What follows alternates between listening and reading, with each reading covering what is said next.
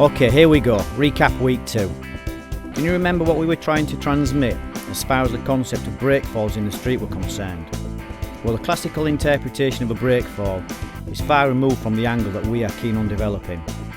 If we're going to hit the floor, then we need to be attaching to or destroying anything that we touch or anything that we can get a hold of on the way down to the floor.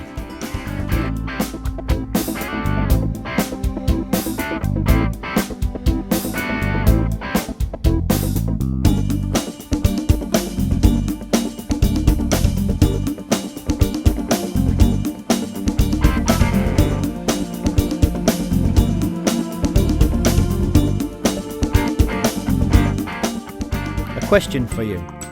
What is the objective of the KFM Urban X programme?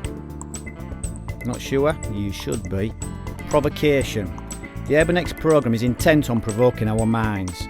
This is the only way we can develop the inner creativity, what we believe is really possible.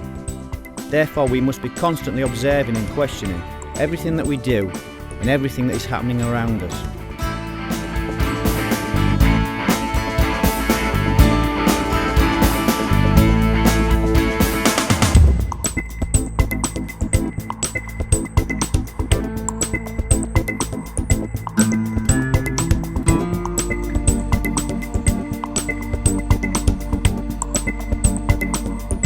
Can you remember in this exercise we isolated each of our major weapons? And why was that? Well, do you remember how we spoke about the functionality of our basic weapons? And the fact that many people confuse knowing a thing with actually applying a thing in a chaotic environment?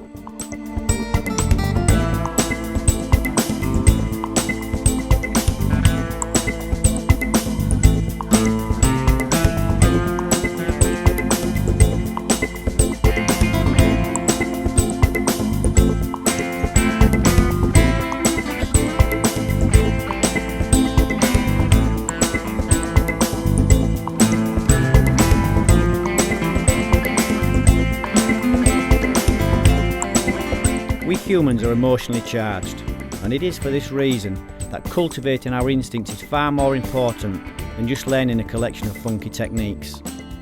We are capable of responding quite differently to the same situation, depending on our emotional state. This is something that we all know. Therefore, it shouldn't be too difficult for us to see and appreciate that it's not the techniques that drive the fight, but that of our emotional state and instinctive reactions.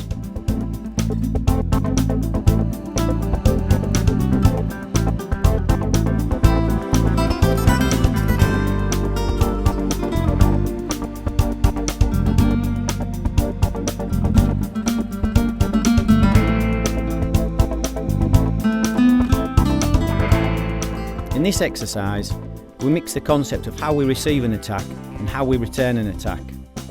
So what's the difference between the pensador and the pence attack? Well, the pensador is an instinctive framework that is used as a defence mechanism, but the concept is to destroy an incoming attack and not to receive the attack in a passive or submissive manner, as with most forms of defence. The basic concept of parrying or blocking doesn't really function in this kind of environment.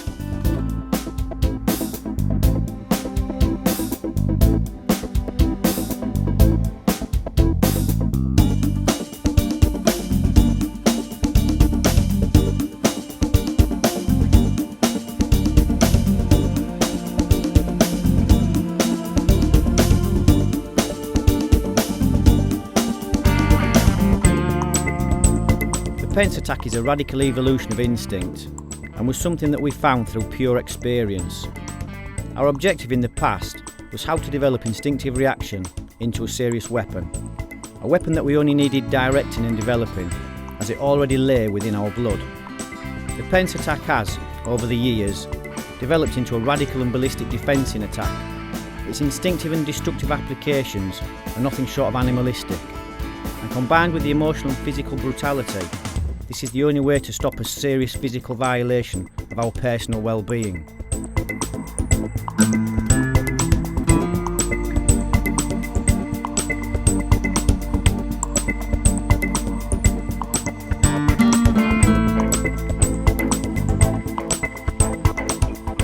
The pence attack is a pure blood-borne smash and enter principle. It's what people try to do anyway, just don't know it, and more so, they don't really understand how to develop it. KFM loves provoking the conditioned mind. We always like to ask why and then question the response. It keeps the blood moving and the mind always challenging itself. Because in truth the human can be easily led. But if we are constantly provoking questions within ourselves, it keeps the mind alert and active. This is how we can avoid the typical mind traps that can be so detrimental to our training development and ultimately our personal growth as a human being.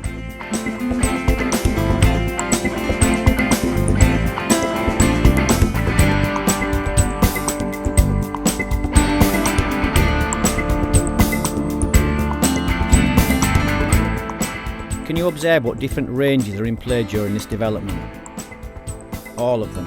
The two-man predator helps us to understand that everything around us changes from second to second and thus compounds the importance of range and level development in the early stages of our training.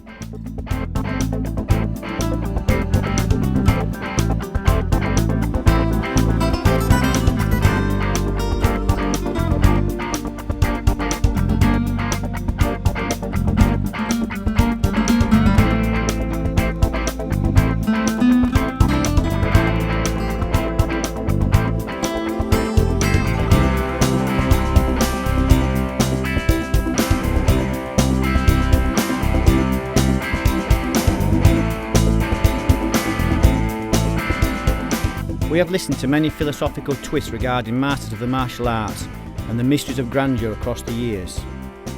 But all we know is if you plant an orange seed, then an orange tree you will grow, basically meaning there are no secrets. If you plant a seed and then need to wait 10 years to see what that seed turns into, there will be many years pass where you have no understanding of what you're growing. And that's not very intelligent really, is it?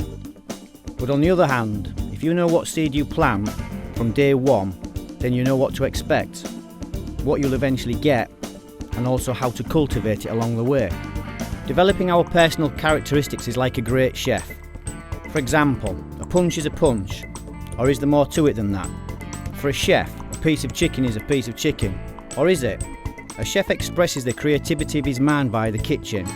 He has the ability to make your mouth water and send your brain on a chemical high, or give you food poisoning. A martial art teacher is no different. He can develop your ability to think freely and for yourself, yet still be an honourable and respectful warrior of life, or brainwash you into being a submissive and subservient disciple, basically food poisoning of the brain.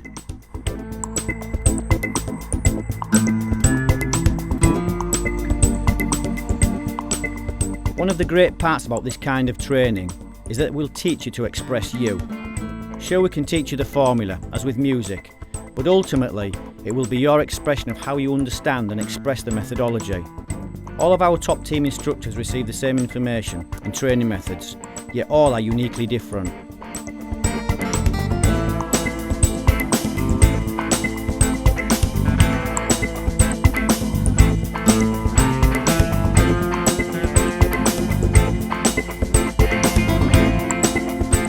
We asked a little earlier, what is the concept of the programme? Now we ask, what is the concept of the training? Well, this is the part we've spoke about a lot, and hopefully by now you have absorbed and understood the answer. This is of course the cultivation of instinct.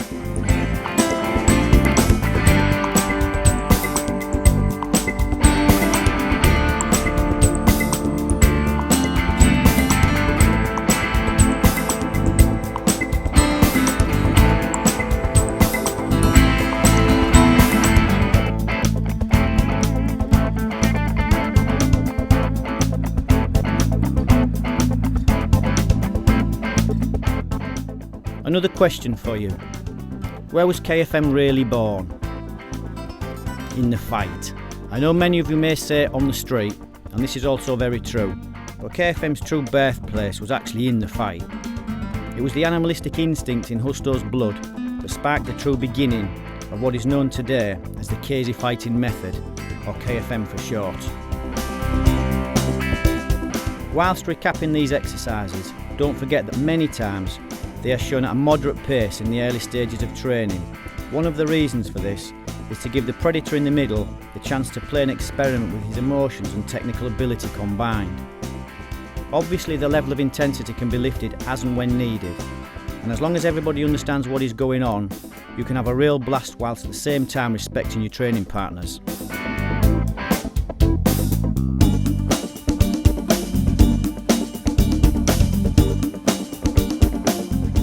you remember what we call the climbing part of this exercise and why it plays such a key role in the first stages of training? Well, it's called the monoscala, but we all know that by now, right? And it plays a key role as it's one of the first yet extremely effective ways of getting back to our feet fast. Time is of the essence in the street, so any development that aids in our quest to get up as fast as possible is taken and studied very seriously.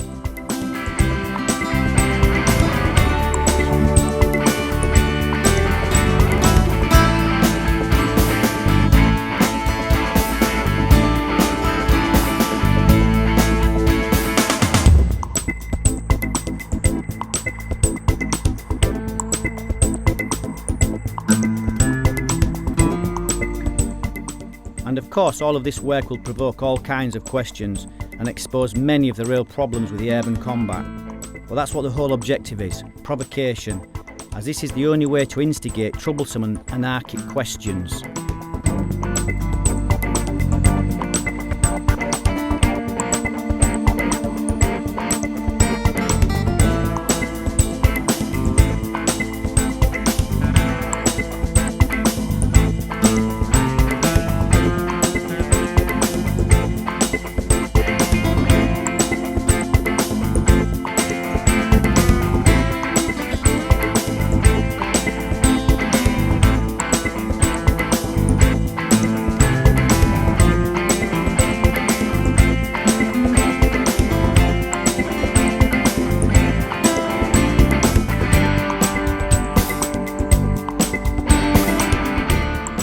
What topic of study did the Quartermanga open up? Well, it opened the very provocative and controversial subject of street trapping. It's a subject that KFM grew up with and has an obscene amount of mind-bending developments that we will touch upon as we continue to travel through the Urban X programme. Another very important point for us to catch at this moment in time is the way in which we brace the elbow attack by grabbing our own bicep. This serves many purposes, but one of the main reasons is protection. It means we have the power to look the opponent in the eye. This is very daunting and emotionally destructive to the opponent, and anything that can wobble the emotional state of our opponent is good by us.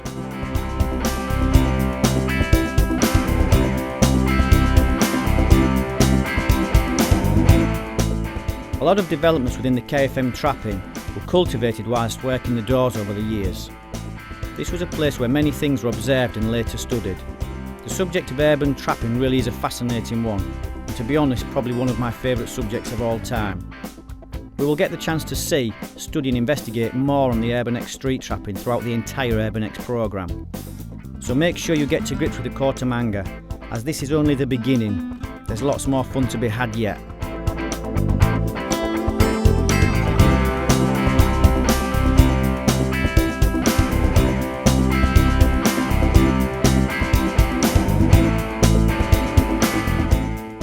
Well, this is the final clip in this recap class, so make sure that you continue to train and develop all the elements we have touched upon.